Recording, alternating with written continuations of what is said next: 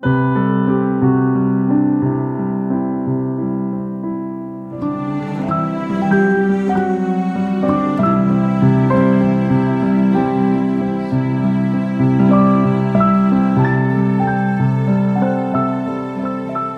are a kind of a sense of I. This means we are various situations to which we can say I. I can be awake or asleep. I can be a father, a passenger, an employee, a director, conductor, or a beggar. I can be sober, intoxicated, and even unconscious. Nevertheless, it is always referred to as a sense of I. It is a relatively recent development that people relate to themselves as something distinct. There can only be a sense of I in relation to a sense of world. We always see ourselves in relation to a world. The two are so interrelated that instead of seeing them as separate, I speak of I world. As a living human being, you are an I world. At birth, you become an I world, and at death, you cease to be an I world. When you assume that there is a world independent of I world, you suffer from a misunderstanding. I world is not solid, but an amalgamation of resonance that you can manage accordingly. Everybody is an entirely different I world, while you are always the I world that you are. Everybody who appears to you does so as your I world. You always see the other as your I world. You can never see their I world. In SIWEB, the range of I world is an amalgamation of the 4 distinct ranges of resonance: body, mind, soul, and spirit.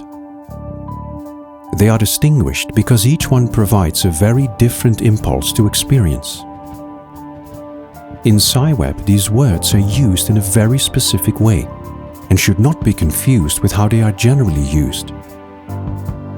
When you understand the mechanism of SIWEB, you know that all your actions, thoughts, emotions, opinions, beliefs and desires, your aspirations, your likes and dislikes, are expressions of the habitual programs of perception. These are unconsciously produced in soul and as spirit resonance give direction to I world. They do so both in insignificant acts like getting up from a chair, as well as in planning a future. Without habitual programs of perception, we cannot live. Our learning process is nothing other than shaping habitual programs of perception. Driving a car, reading the newspaper, filling in your tax declaration are all benefiting from the habitual programs of perception. You are experience, while the quality of experience is determined by the habitual programs of perception. Our unconscious soul dimension can be compared to the connections in the internet. When you remember something, you make a link with an established set of connections. In soul, nothing is fixed. You can always continue your search. Habitual programs of perception behave more like an app. Once in an app, you have to follow the app. You cannot adjust the app while being in it. The app also gives limitations. You can go as far as the app allows you to go. The world that you see around you and the ideas you have about yourself is because of habitual programs of perception. You are unconscious of these programs, as they are always hidden in the background, making you consider your beliefs and opinions entirely natural. In ignorance, these programs are fixed. You manage I world by means of self-analysis through which you can discover the habitual programs of perception that restrict well-being. For instance, because of attachment to beliefs, ideals, desires, fears, hopes, likes and dislikes. Optimal living is about replacing habitual programs of perception. Those that obstruct are replaced by those that support optimal living. This is an indirect and automatic process as a consequence of different attitudes that create a different resonance. Most people have a very limited set of ideas that determine how they experience their life. They identify themselves with their habitual programs of perception.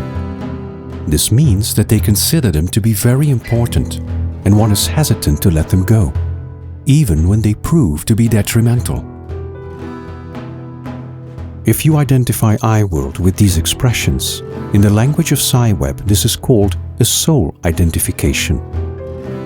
When, however, one is able to shift soul identification to heart identification, which is the consequence of an increased openness and awareness, one becomes more independent of moods. This is a condition for autonomy. When you have a soul identification, you are a slave of circumstances. You float in soul resonance with the herd, follow fads and fashions, and are susceptible to influences.